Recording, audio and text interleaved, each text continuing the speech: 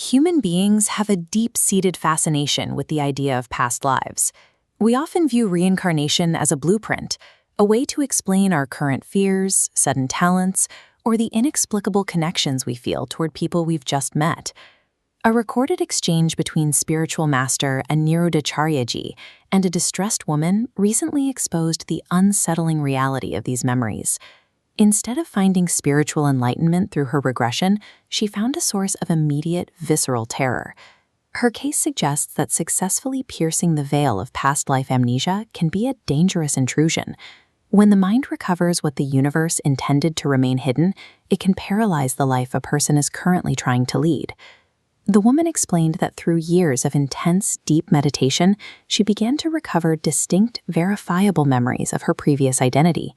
As the memories cleared, she realized her previous life ended in a brutal murder at the hands of a group of 25 people. The horrifying discovery was that these killers had reincarnated alongside her. Today, they are her current in-laws and extended family. She is living in the same house as the people who ended her previous existence. She told the guru that her current family subjects her to constant abuse and plots against her behind closed doors. While they may not consciously remember the crime, they seem to harbor a deep, reflexive paranoia, a lingering suspicion that she is aware of their past actions. Her predicament raises a difficult question about the nature of memory. If remembering a past life means waking up every morning to serve the people who slaughtered you, then total amnesia begins to look less like a limitation and more like a necessity. In her past life, she was Radha, a 22-year-old female ascetic, or sadhvi, who devoted her existence to spiritual practice and serving her guru. The geography of her final night is tied to the banks of the Narmada River. She was stranded there by a violent rainstorm and flash floods while staying behind to prepare a meal for her guru. While isolated in the dark, she was ambushed by a mob. A woman from the group, now a member of her current family, delivered a heavy strike to the back of Radha's head. Radha fell unconscious, but she survived the initial brutal blow. To conceal the crime, the mob carried her to the grounds of a nearby Kali temple in the Mangal Batoni area and buried her alive. She eventually suffocated deep beneath the heavy soil. However, the physical end of her life did not sever her connection to those 25 people. Instead, it locked them into unresolved karmic debt.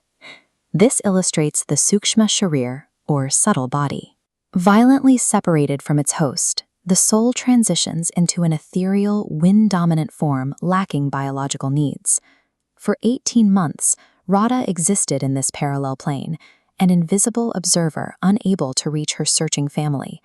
Her subtle body remained trapped by trauma, waiting for the natural progression of time to provide a new physical vessel to address her unfinished history. Eventually, her energy transitioned back into the physical world, taking form as a newborn infant. Because her previous life ended in extreme violence, her karmic history was imbalanced. The laws of rebirth prioritize unresolved connections. To address this debt, the souls of her murderers were drawn into her new orbit, converging tightly to become her current in-laws. This suggests that the machinery of karma orchestrates incredibly claustrophobic reunions, forcing victims and perpetrators into the exact same family unit to resolve ancient debts. Faced with this psychological prison, the woman asked the guru how she was supposed to survive. He explained that past life crimes cannot be prosecuted in the present. She was left with the choice to either stand as a warrior in her home today or to detach completely and leave the final balance to a higher power.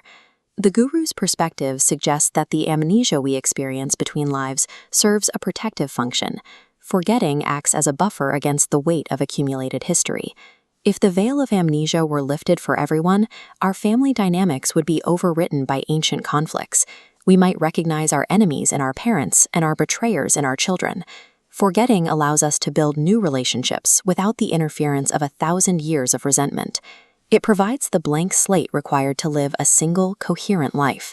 The universe is a massive, rotating grinding mill where everyone caught in the cycle is crushed. The only exception is the center pivot. While everything on the outer edge is pulverized, grains clinging to that central axis remain completely still. That center pivot represents spiritual detachment. survival requires letting go of the need to solve the mysteries and traumas of the past. Peace is found in this stillness, by choosing to let the past remain hidden. We survive the cycle by accepting the silence of memory, finally allowing ourselves to live today.